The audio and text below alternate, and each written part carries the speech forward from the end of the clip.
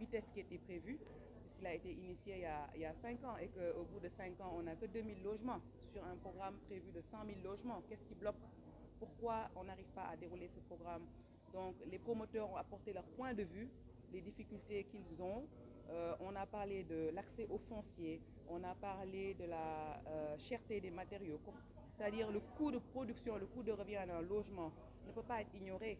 On a parlé de la définition du logement social. On parle de quel niveau de prix, qu'est-ce qu'on peut produire comme étant logement social aujourd'hui avec les conditions qu'on a actuellement sur le marché local.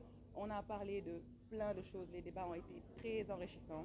Et aujourd'hui, comme fidèle à sa mission, le CISEN va organiser une restitution de ces travaux-là, avec les grandes lignes qui sont sorties, les recommandations, les plans d'action qui sont sortis de cette discussion-là.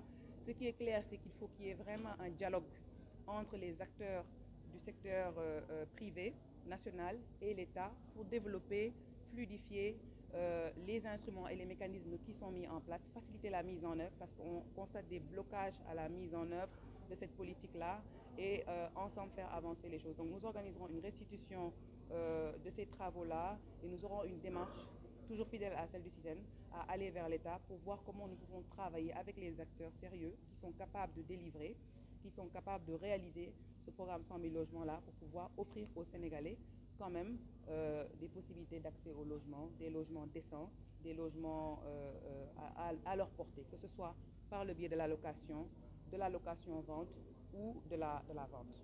Je vous remercie. ci wolof bi